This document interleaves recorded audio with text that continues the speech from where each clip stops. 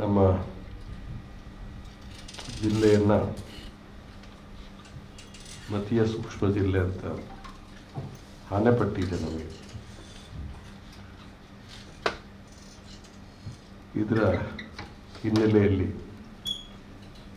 ಮಾತಾಡಬೇಕು ಅಂತಂದರೆ,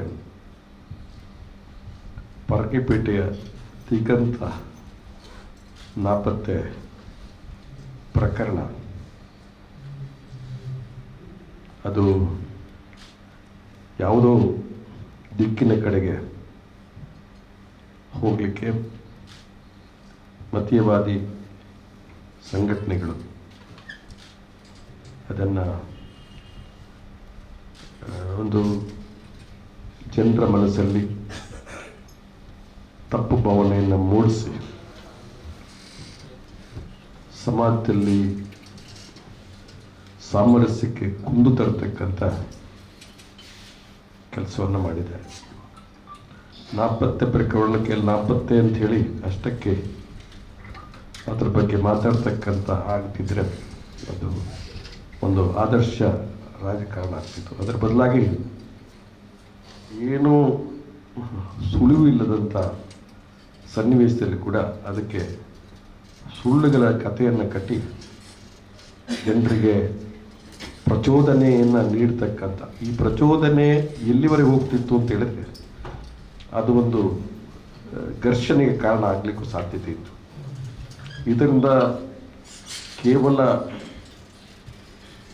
ಒಂದು ಸಮುದಾಯಕ್ಕೆ ಮಾತ್ರ ಅಲ್ಲ, ಎಲ್ಲ ಸಮುದಾಯ ಜನರಿಗೆ ಕೂಡ ಇದರಿಂದ ತೊಂದರೆ ಆಗ್ತದೆ ಸಾಧ್ಯತೆ ಇತ್ತು. ಅದರಲ್ಲಿ ತೊಂದರೆಗೊಳಗಾಗ್ತಕ್ಕಂಥ ಜನ ಯಾರು ಅಂತ ಹೇಳಿದ್ರೆ ದುರ್ಬಲ ವರ್ಗದ ಜನ. ಅಂತೂ ಅದು ಸುಖಾಂತ್ಯ ಕಂಡಿದೆ ಒಂದು ದೃಷ್ಟಿಯಲ್ಲಿ. ಎಲ್ಲರೂ ಒತ್ತಾಯ ಮಾಡೋದಕ್ಕಿಂತ ಹೆಚ್ಚಾಗಿ ಕಾಂಗ್ರೆಸ್ ಪಕ್ಷ ಒಂದು ಜಾತ್ಯತೀತ ನಿಲುವನ್ನು ಇಟ್ಕೊಂಡು ಎಲ್ಲ ಜಾತಿ ಧರ್ಮ ಭಾಷೆ ಜನರನ್ನು ಒಂದೇ ದೃಷ್ಟಿಯಿಂದ ನೋಡಿಕೊಂಡು ಬಂದಿರತಕ್ಕಂಥ ಒಂದು ಪಕ್ಷ. ನಮ್ಮ ಈ ಜಿಲ್ಲೆಯಲ್ಲಿ ಅನೇಕ ಅಹಿತಕರ ಘಟನೆಗಳು ನಡೆಯಿತು. ಧರ್ಮದ ಹೆಸರಿನಲ್ಲಿ, ದೇವರ ಹೆಸರಿನಲ್ಲಿ, ದೇಶ ಪ್ರೇಮದ ಹೆಸರಿನಲ್ಲಿ ಹಿಂಸೆಗಳು ನಡೆದಾಗ ನನಗೆ ಭಾರಿ ಸಮಾಧಾನ ಇರ್ತಕ್ಕಂಥ ವಿಚಾರ ಅಂತ ಹೇಳಿದ್ರೆ, ಯಾವುದೇ ಘರ್ಷಣೆಗಳಲ್ಲಿ ಕಾಂಗ್ರೆಸ್ ಪಕ್ಷದ ಯಾವುದೇ ಸಮಾಜದ ಕಾರ್ಯಕರ್ತ ಆ ಘರ್ಷಣೆಗಳಲ್ಲಿ ಇಲ್ಲ ಅನ್ನೋದು ನನಗೆ ಸಂತೋಷ ಇರ್ತದೆ. ಇಷ್ಟೆಲ್ಲ ಹತ್ಯೆಗಳಾಗಿರ್ಬೋದು, ಇನ್ನೊಂದಾಗಿರ್ಬೋದು, ಆರೋಪಿ ಪಟ್ಟಿಯಲ್ಲಿ ಕಾಂಗ್ರೆಸ್ನ ಇಲ್ಲ ಎನ್ನುವುದು ಸಮಾಧಾನ. ಇಷ್ಟು ವರ್ಷಗಳ ಕಾಲ ಅದು ಎರಡು ಕಡೆಯೂ ಕೂಡ. ಆದರೆ ಅಪಪ್ರಚಾರ ಮಾಡ್ತಾರೆ. Rumour mongers R national enemies ಅಂತ ಒಂದು ಮಾತಿದೆ. ಸುಳ್ಳು ಸುದ್ದಿ ಹರಡುವ ದೇಶದ್ರೋಹಿ, ಸುಳ್ಳು ಸುದ್ದಿ ಆಡಿಸ್ತಾರೆ. ಅನೇಕ ವಿಚಾರಗಳನ್ನ ನಾವು ಗಮನಿಸಬೇಕು. ಇಲ್ಲಿ ಬೇರೆ ಬೇರೆ ವಿಚಾರಗಳು ಬಹುಶಃ ತಾವು ಪತ್ರಿಕೆಯಲ್ಲಿ ಈಗ ವರದಿಯಲ್ಲಿ ಬರ್ತದೆ. ಕೆಲವು ವಿಷಯಗಳನ್ನು ಇದಕ್ಕೆ ಘರ್ಷಣೆಗೆ ಪರಿಸ್ಥಿತಿಗೆ ತಳ್ಳತಕ್ಕಂಥ ಪ್ರಯತ್ನ, ಅದು ನಿಭಾಯಿಸ್ತಕ್ಕಂಥ ಕೆಲಸ ಆಗಿದೆ. ತನ್ನ ಅನುಭವವನ್ನು ನಾನು ಹೇಳಬೇಕು ಅಂತಂದರೆ, ಇವತ್ತು ಒಂದು ಚಿಕ್ಕ ಸಮುದಾಯ, ಅವರ ಪಾಪ ಬಡವರು, ಕಷ್ಟ ಜೀವಿಗಳು, ಏನೋ ಕಾರಣಾಂತರದಿಂದ ಮನೆಯಿಂದ ಯಾರೋ ಅವನು ಸ್ವಂತಕ್ಕಾಗಿ ಇದಕ್ಕೆ ಬಣ್ಣ ಕಟ್ಟಿ ಅವರಿಗೂ ಕೂಡ ಒಂದು ರೀತಿಯಲ್ಲಿ ಆತಂಕ, ಕುಟುಂಬದ ಸದಸ್ಯರಿಗೂ ಸಮುದಾಯ ಅವರಿಗೂ ಕೂಡ ಒಂದು ಆತಂಕ. ನನಗೆ ನೆನಪಾಗುತ್ತೆ, ಈ ನನ್ನ ಬಂಟ್ವಾಳ ತಾಲೂಕಿನಲ್ಲಿ ಶರತ್ ಮಡಿವಾಳ ಹತ್ಯೆ ಆದಾಗ ಕಡೆಗೆ ಯಾರು ಮಾಡಿದೆ ಅಂತ ಗೊತ್ತಾಯಿತು. ಅಷ್ಟಕ್ಕೆ ನಿಲ್ಲಿಲ್ಲ. ಇಡೀ ಚುನಾವಣೆ ಉದ್ದಕ್ಕೂ ಅಪಪ್ರಚಾರ ಮಾಡ್ತಕ್ಕಂಥ ಕೆಲಸವನ್ನು ಇವತ್ತು BJP ಮಾಡ್ತಕ್ಕಂಥ ಕೃತ್ಯ ಅಂತ ಹೇಳಿದರೆ, ಅವರು ಬೈಪಾಸ್ನಲ್ಲಿ ಹೋದಾಗ ನಾನು SP ನನಗೆ ಫೋನ್ ಮಾಡಿದ್ರೆ, ನೀವು ಹೋಗಬಾರ್ದು, ನಿಮಗೆ ರಿಸ್ಕ್ ಇದೆ ಅಂತ. ಇದು ಹೇಳ್ತಾ ಇದ್ದೀನಿ ನಾವು, ನೀವು ಅರ್ಥ ಮಾಡಬೇಕು ನಮ್ಮನ್ನು. ನಿಮಗೆ ಹೋಗಬೇಡಿ ಅಲ್ಲಿ, ನಿಮಗೆ ಅದು ಒಬ್ಬ ಪೊಲೀಸ್ ವರಿಷ್ಠ ಅಧಿಕಾರಿ ಜಿಲ್ಲೆಯ ನನಗೆ ಫೋನ್ ಮಾಡಿ ಹೇಳ್ತಾರೆ, ನೀವು ಹೋಗಬೇಡಿ, ನಿಮ್ಗೆ ರಿಸ್ಕ್ ಇದೆ, ಅಪಾಯ ಇದೆ ಅಂತ. ನಾನು ಅಪಾಯ ಆಗಲಿ, ನಾನು ಏನಾದರೂ ಏನು ಮಾಡೋದು, ನಾವು ಒಂದು ಸಾಮಾಜಿಕ ಬದುಕಿನಲ್ಲಿ ಕೆಲಸ ಮಾಡ್ತಕ್ಕಂಥ ಅಪಾಯವಾದಾಗ ಅದು ಸ್ವೀಕಾರ ಮಾಡಬೇಕು. ನಾನು ನಾಳೆ ನನ್ನ ಹೆಂಡತಿ ಮಕ್ಕಳಿಗೆ ಕಷ್ಟ ಆಗ್ಬೋದು, ಅಷ್ಟೇ ಅಲ್ಲ ಅಂತೇಳಿ ಯೋಚನೆ ಮಾಡಿದೆ ನಾನು.